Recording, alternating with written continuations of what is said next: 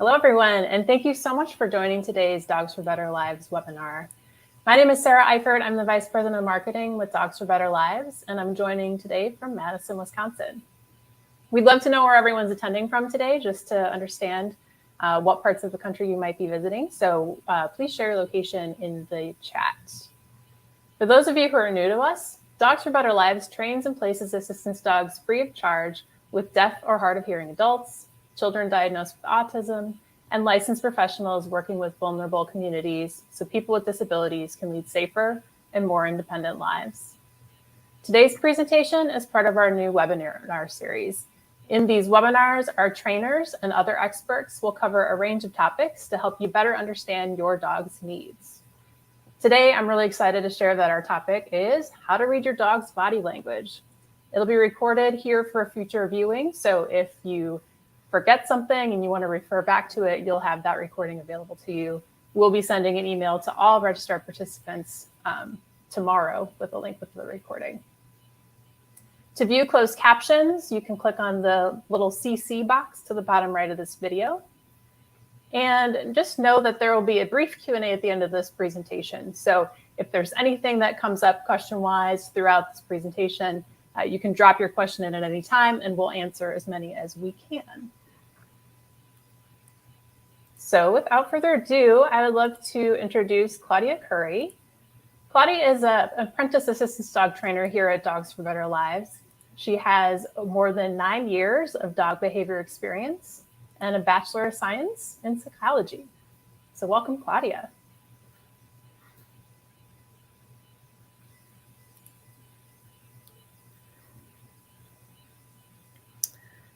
Hi, everyone. I'm just going to jump right into it. I'll be kind of discussing a few different things of what your dog might be showing you when they're talking to you through their body language. And just kind of show you a few things. So we'll get started. So first things first, dogs aren't people. They communicate differently between themselves versus how we communicate between each other. We have words that kind of coincide with our body language. Dogs do not. There's no spoken language that dogs use, so they rely solely on their own body language to kind of get their message across. Dogs make decisions based on what's safe to them and what's not safe. They don't have a moral compass, so they're not out there to terrorize children just for fun. They just basically do what works for them and how to get what they want. So we'll kind of run through some slides showing you some dog behaviors and how they exhibit those feelings through their body language. So first we have a relaxed, playful dog. All three exhibit kind of loose body language. Their tongues are kind of hanging out. If they're moving, maybe their tail's wagging in kind of a loose, playful way. If you were to pet them, they might lean into you and get those scritches behind the ears or on their neck. And then they kind of have like a loose body language where they're wiggly. I'm sure some dogs do a little tappy dance when they're happy. So these are all kind of showing signs of a playful, relaxed, content dog. This next slide kind of shows you when a dog is a little over-aroused. Maybe the environment is a little overstimulating. A lot of dogs, like the top two pictures, show a stiff body language. Their ears are perked fully forward. Their mouths are closed. A lot of dogs, when they're over-aroused, they might mount other dogs. They might be a little mouthy with clothing. Like the middle picture, their hackles are raised. So just some general signs that dogs kind of show us and other dogs around them that they might be a little bit over-aroused.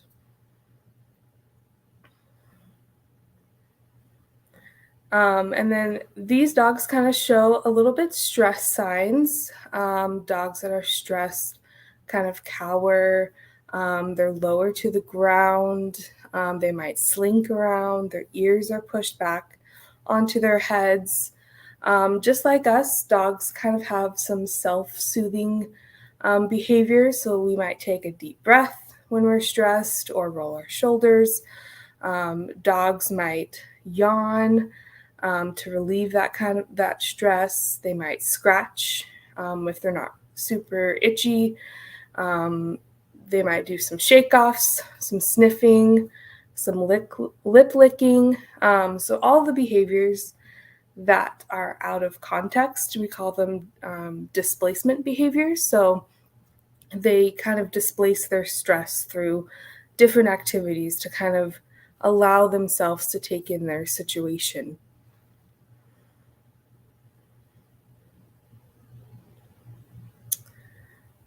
So these dogs show some fear. We have, again, some low body posture to the ground. Their ears are pinned back. A lot of dogs, when they experienced fear, you can see the whites of their eyes. We call that whale eyes. Some dogs, they might show some shaking. They might relieve their bladder. So these are just some generalized behaviors that dogs show when they're a little bit fearful of their situation. So dogs have a threshold to how far they can handle the stress. All dogs have the potential to bite. It's just a matter of how quickly they reach that threshold. This kind of shows you a ladder of escalation. When a dog gets to an extremely fearful, stressful response, all logic is kind of gone out the door, and they have 3 different reactions, just like us. They either stay and fight it out, or if they can run away, or they freeze in that situation. Like I said in the beginning, dogs only care about their safety and how to get what they want, because a bite usually ensures a fight that can lead to injury on their part. So they don't want to get into that situation. And so they give signals in a ladder of escalation to show other dogs and us that maybe it's time to kind of take a break. So it starts off by lip licking or yawning, and it kind of escalates to cowering or freezing. And then it continues on to growling and air snapping, and then the final word is biting. So it's important to kind of recognize those early signs of stress, of like lip licking or yawning or scratching, so your dog doesn't have any reason to escalate further up the ladder.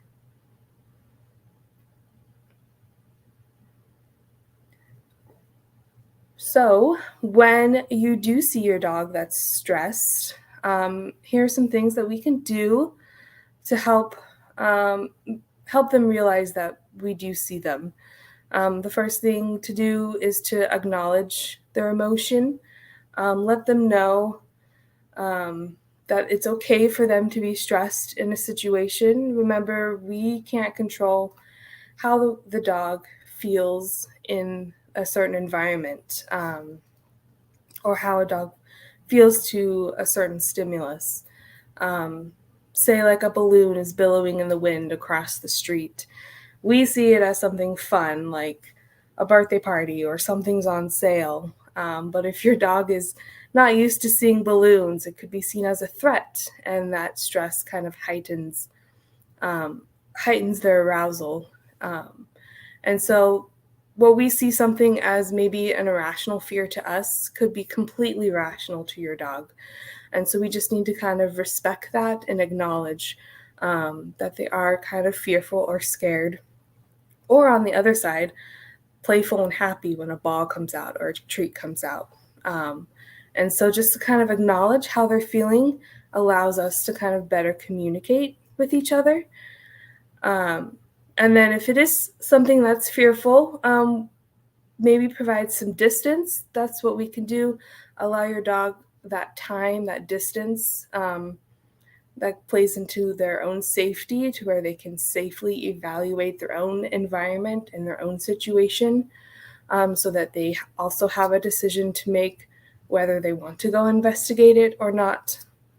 And if they decide that it's too stressful, their hackles are raised or they're growling, it's best to kind of leave that situation, leave that environment, allow that threshold to kind of allow that behavior to kind of go under their threshold.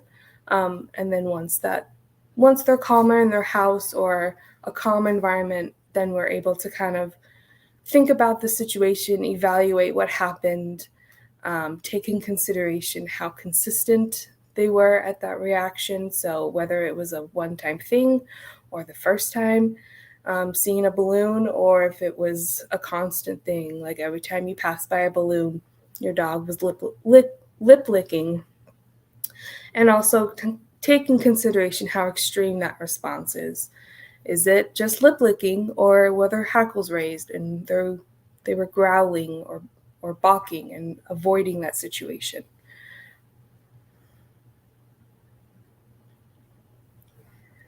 So some final key points to kind of take in consideration when you're looking at your dog and trying to figure out what they're saying to you. We want to take in the whole picture of the dog with the environment. So we want to take in the dog's ears, their mouth, their tail, their body posture, whether that's loose or stiff, and each kind of way they express stress or express their behaviors is different for each dog and each breed. So like a bulldog who doesn't have a tail, looking at the tail for their behaviors is not going to be very helpful. So you would assess other body parts that they have, so their mouth or their body posture. Similarly with a German Shepherd, their ears are always perked forward, right? So we would look at their tail or their body posture as well, or their mouth. So we just want to take in consideration the breed and also the dog itself and how they themselves exhibit behaviors. Also, we want to take in consideration of how frequently they exhibit these behaviors. Is it a lot all at once, or is it once or twice every time you pass by something? That also kind of helps us better communicate with them on seeing how stressful this situation is for the dog. Every time you go into a new store with the dog, is it always lip licking and hackling, versus over time, does it decrease? And that way you know that the stressful situation has become kind of mundane for them. And also the environment too inputs a lot in their stress threshold. Something like a balloon in the home, very high threshold where they don't care about the balloon because it's already a very comforting environment, versus maybe a balloon in a new store where their stress level's already high and now they have to deal with this new thing billowing in the wind. So that's also something to take in consideration, is their environment. And also, the more you know your dog, the more you spend time with them, the more you'll kind of understand how they communicate, and the ways that they communicate, and you'll be able to recognize how they exhibit fear, how they exhibit stress, how they exhibit happiness, and then we're able to better respect their response, and they'll respect you for respecting their response too.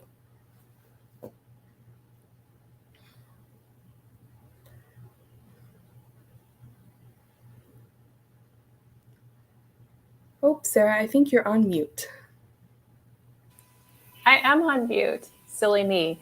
Yeah, so thank you so much for going over those slides. It was really helpful to see the visuals of, the kind of happy, loose body language of a calm dog versus a more fearful dog where they're more stiff, and some of those signals that you were suggesting.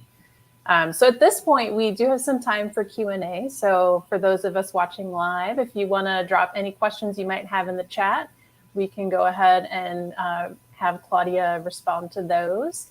But I have a question. So as you kind of look through the ladder, was it the ladder of regression? Ladder of escalation. Ladder Or of escalation. Okay. Yeah. As you go through that, is that something that happens in like seconds, minutes? Like how much time does a dog owner have to kind of recognize some of these responses and take action? Yeah, that's a good question. It varies on the situation. Sometimes it could be in a matter of seconds. Sometimes it's over the course of days. So say we'll go back to that balloon example. If you're walking in the neighborhood and there's a balloon there and you have a lip lick, maybe every time you walk past it, it's a slow escalation. And if you don't really recognize that stress, the dog might become more fearful over time, over the course of a few days, versus maybe something that's very highly stressful for that dog. And maybe pulling out the leash offers that lip lick to go on that stressful walk. And then by the time you're at that balloon, the hackles are raised, they're growling or they're air snapping. And so that's a quick succession of behaviors. So it is dependent on the situation as well. Okay. What about encountering a dog on a walk that's not yours? So you mentioned talking about taking a look at your dog's behaviors and understanding their kind of unique ways of expression. If you see a dog coming at you on a walk who's kind of showing those telltale signs, are there some things that you should do to kind of make sure that your dog stays safe, or kind of let things play out? What would you recommend? Yeah, definitely. So if you do see a dog that's kind of showing signs of fearful, that's not necessarily your dog, you can always, if you do have a dog, you can always look to your dog because they best know each other. And if you know your dog's signs, you can kind of read them and evaluate the situation through your dog's eyes, but also maybe create that distance between that other dog. Like I said, they don't want to be in unsafe situations. So if you were to walk near a dog and you're able to change courses, give that dog some space, give them time to kind of take that breather. And that also allows your dog to kind of recognize that you are respectful of other dogs' feelings as well. And your dog can see that and just kind of give them some space. Yeah. Okay, great. So Ruth is asking, how do you know if you have a dog that should not play with others? So if I've observed a nasty reaction, a small play group, how do I determine he'll do that again, or if that was just a one-off thing? Great question. So dogs that don't necessarily like to play with other dogs show subtle signs of stress mainly. They might be that standoffish dog that doesn't really interact with dogs independently. You might have to make more effort to interact with those dogs. You'll probably see some lip licks, a lot of shake-offs. If the dog trusts you, they'll go ahead and try to play and be nice. But of course, some signs that they don't want to is kind of that standoffish loner dog, or they might go investigate people rather than dogs. So those are some signs that you can kind of investigate that maybe, or think like maybe they don't like the dogs. Okay. So Andrea is asking a question, and this might be something more specific than we can answer on this particular webinar. But she had a question about the difference between seizure and dreaming. So she has a 15-year-old mini Schnauzer. When sleeping, goes through whole body tremor sort of situation. Would that be something she should check with the veterinarian on, or do you have anything to comment on for that? That's probably more in the realms of the veterinarian. I don't know a lot about seizures in dogs versus dreaming, so I definitely can't provide accurate information on that. Okay.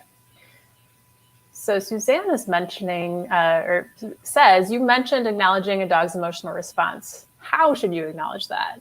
So for example, my hearing dog is hesitant on walks when other dogs are approaching and will shrink back. Great So question. how should she respond? Yeah, great question. So the way that we can acknowledge a dog is give them that breath, also provide lots of positive reinforcement, positive feedback, giving them verbal praise or kibble when they do cross something that's maybe fearful for them, or because they communicate via body language, just giving them that distance or allowing them to kind of sit and investigate that area offers them a lot of feedback from us without using our words. So maybe just giving them a chance to observe the area a little bit more instead of continuing to walk, or would that be? Yeah. So just kind of allowing them to take in that environment. If they do kind of want to move forward, whether that's just kind of looking at you, checking in, then we can kind of move forward. Or you can walk the other way, take a different path, and that automatically communicates to your dog that I understand you, I understand that that route is stressful, maybe we can take another route. I experience this with my dog on a daily basis. So we turn around a lot. Rosemarie asks, how can you best introduce a new dog or dog visiting your home when you already have a dog in your home, just to avoid conflict? Yeah, so first things first, I always like to introduce a dog on neutral territory. So maybe a park or somewhere in the neighborhood that's not solely based on one's dog's home, just to kind of gain that ground of neutrality. And then once we see signs that the dogs are okay, they have loose body language, they're doing some play bows, or maybe they're doing their own thing and sniffing around for enjoyment. And then we can kind of bring them into the other house and keep them on the leash, just in case one dog exhibits more stressful signs than the other. Obviously, there's going to be some stress in meeting new people, so a few lip licks or a shake off is good. It means that the dog is maybe working through that stress, but of course, take into consideration other signs of stress that your dogs may have. If they are avoiding or if they're kind of sitting by you for long periods of time, maybe that's a sign to maybe take a break. But if it goes the other way, if the dog's playful, if they're sharing toys, if they're playing tug, then you know that you're kind of moving in the right directions, that these dogs might be friends. Great. So Laura is asking, when working volunteer events, our dogs are one person handling one dog each. When parents walk up with their kids specifically, what is the best way to teach children an introduction to a shelter dog? Great question. So one of the things I like to do when kids come up to my dogs is I like to kind of give them clear instructions on where to pet. So saying something like, "This dog loves to be pet on the chest or on the back." A lot of the dogs have a negative reaction to being pet above their head because it is also invading their space. So you'll see with a lot of people, when they pet dogs, the dogs kind of shy away, but they do tolerate it. So that's just an added extra step that I like to make sure that the dog knows that I know that they'll be comfortable with the pet if it's on their chest, on their back, and then of course you getting down to the dog's level or the child's level too helps the dog be more comfortable with the little kids. And then, of course, always advocating for your dog if there's any signs of stress or if there's any signs of increasing stress. It's up to you to kind of stop that interaction. And by stopping that interaction, that behavior indicates to your dog that they've been heard and their stress has been heard, and they'll what am I trying to say? And they'll appreciate your acknowledgement in stopping that interaction. So it kind of reinforces that bond. They're like, you get me, you know that, you know how I'm feeling about the situation and are responding in kind. Correct. Yeah. Great. Vicky is asking, just for clarification, what is a shake off? Oh, right. So a shake off can mean a lot of things. It could just mean a shake of the head, or if it's a full body shake off, when dogs, they have a lot of water in their fur and they twist their body and their fur kind of shakes off all that water. That would be considered a shake off. But that would be a shake off in context. So an out of context shake off is when they're dry, when they're just standing around, they do a full body shake off randomly, it seems like. So that would be something as an indicator of them trying to work through their stress. Yeah, and sometimes I've seen that as a delayed reaction where, they might be doing kind of the lip licking and they're maybe in a scenario that makes them nervous. And then after the stimulus is kind of gone, it's the shake off kind of thing. Yeah. So it's just sort of a way, I guess, for them to reset, right? Kind of exactly. Like lower their stress. Yeah, like we would take a deep breath after a stressful presentation or something like that. Yeah. Let's see. VJ is asking, so their dog, an older black lab, would always scratch the carpet in the family room once in a while. They would ask him, what's the matter? Apparently he didn't respond. I have no idea why he does that. Do you have any ideas? Given that I don't have a lot of details of the context, it could mean a lot of things. Sometimes it could just be enjoyment for the dog. I'm not sure what scratching the carpet means in this context. That's something to also take in consideration of what happened before and what happens after the dog scratches. So there could be a lot of different answers for that. Okay. Wanda has a question. I've heard a dog does not want to be approached at their eye level, so child's height or adult on their knees. Is that true? Definitely staring into the eyes of dogs is a very intimidating response. But of course, that happens for all interactions. For people, eye contact is valuable and important, but for dogs, it's kind of intimidating. So that's something that the dogs have learned to kind of tolerate, especially our service dogs, because it happens every day. So maybe putting the dog into a down so that the child is above the dog's level. It also depends on the dog too and the dog's comfort level. Sure. Okay. Georgia is asking, what about letting the dog sniff the hand of a stranger before petting? Is that something you recommend? That's actually something I would not recommend. If we are doing some sort of greetings, having your hand outstretched for a dog is kind of an invasion of their personal bubble space. So if the greetings can be avoidant or more controlled, we like to ask the dog for consent, basically, of being pet, kind of going into a down, looking at their body language as well. If they are showing signs of stress and the person has asked for a pet, maybe kind of changing your mind, advocating for your dog. But if you do end up petting your dog, definitely pet them kind of on the chest and just kind of either go in for it or just say hi with your eyes or your voice as well. Okay. George is also asking, how significant is panting? So their dog does that in anticipation for going for a walk, but also sometimes other times. Yeah, so that takes in consideration of the environment as well. So dogs pant for a lot of reasons. So they pant for excitement as well as stress. Obviously, after a lot of exercise too, they pant.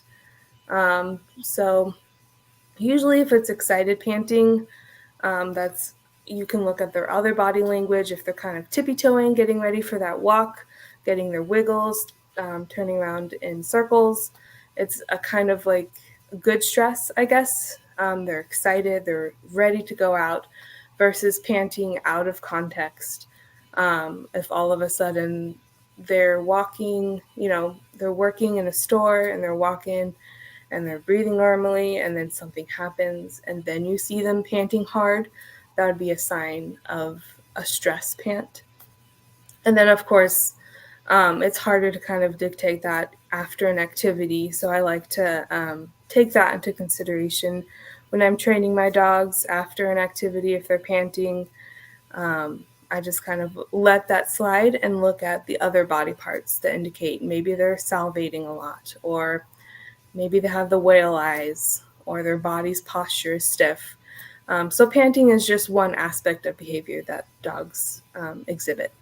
Okay. So really it's about looking at the whole picture of their body language. You're not going to, if you only watch the tail or you only watch one thing, you're going to get just a part of the story, right? Yes. Yeah. Correct. Kind of related to fear, Palmy is asking, my dog pants and trembles after hearing fireworks and loud bangs and wonders what might be comfortable to her or helpful to comfort her. Yeah, so a lot of loud noises and bangs are pretty stressful for dogs. So one thing you could do is turn on the TV or the radio and turn on a channel that's just a talk show, or maybe specifically for dogs, or a YouTube channel that has calming noises to kind of help block out those stressful sounds. That's something that helps a lot. Give them a distraction. Give them maybe a yummy treat or a Kong filled with their kibble, some enrichment, something for them to focus on. You can even do a little bit of training as well. Just kind of be aware of their threshold. Maybe because they're already stressed, have that expectation really low, because they are going to be already showing distracted and logic is almost kind of out the window. But I just stick with maybe like putting on a TV show or enriching their food. Yeah, I have a dog with severe thunderstorm anxiety, and I got a snuffle mat, so I put treats in there, and that's seeming to do the trick with certain storms anyway. So there'd be some things to try, but yeah, kind of kind of help their environment feel a little more calm, and treats never hurt. We have some time for a few more questions if anyone wants to put anything in the chat. I do have one kind of question for you, Claudia. So is it possible for a dog to, over time, learn to feel less stress in situations? So things that, if they're always afraid of seeing dogs, is there out on walks, for example, or they're always afraid of a balloon outside of a store, can that at some point become less scary? Yeah, of course. So overexposure is something that dogs kind of learn to adapt in their environment. If it's something that they see every day and they have to work through it, especially for our working dogs, then they do learn to kind of overcome that fear, or at least tolerate it. So, yeah. Okay. And anything specific for assistance dogs in terms of reading their body language? Are there things specific to their training that makes that, if they're handlers, that they should know? It's all pretty much generalized across the board between pet dogs and service dogs. Mm-hmm. A lot of service dogs, they do have a higher threshold of stress, so they can take on a lot more and be able to work through that stress a lot easier than pet dogs, just because they are expected to kind of work through human interactions and human stressors. Mm-hmm. But for the most part, reading the dogs is pretty similar across the board. Great. Rosemary, you had a question on what is a snuffle mat. It's basically just like it looks like a shag rug kind of thing. It's a lot of little like pieces of fabric, and you can kind of hide snacks and treats inside of it. She also asked, would you suggest going for a walk on neutral ground? I'm guessing that may be for introductions. I'm not sure what neutral ground would be. Yeah, so if this is in context with meeting another dog, definitely going for a walk, an enriching walk with this new dog. That way they have kind of an area to kind of sniff around and walk off that stress if they have any. Yeah. Okay. Great. Well, thank you so much, Claudia. And thank you everyone for all of your great questions today. It's been really great to learn about canine body language. I think it's one of those skills that anyone who has or loves dogs should know. So really appreciate you sharing your expertise with us. Thank you for having me. Yeah. And so thank you everyone for attending. We do have a survey that we would love for you to fill out after the presentation. So we're going to drop that into the chat. This really helps us provide the type of content that's most valuable and useful to you in future webinars. You can watch your email and our social media channels for more information about our next webinar. We're looking to do one in June. And we also have a fun virtual event coming up. It'll be on May 12th, and you can attend online. It'll be a fun dog treat making competition that supports Dogs for Better Lives. And you can learn more about that at dogsforbetterlives.org/boneapatreat. And that URL is on your screen. And thank you again so much, everyone. Hope you have a great day, and we'll see you next time.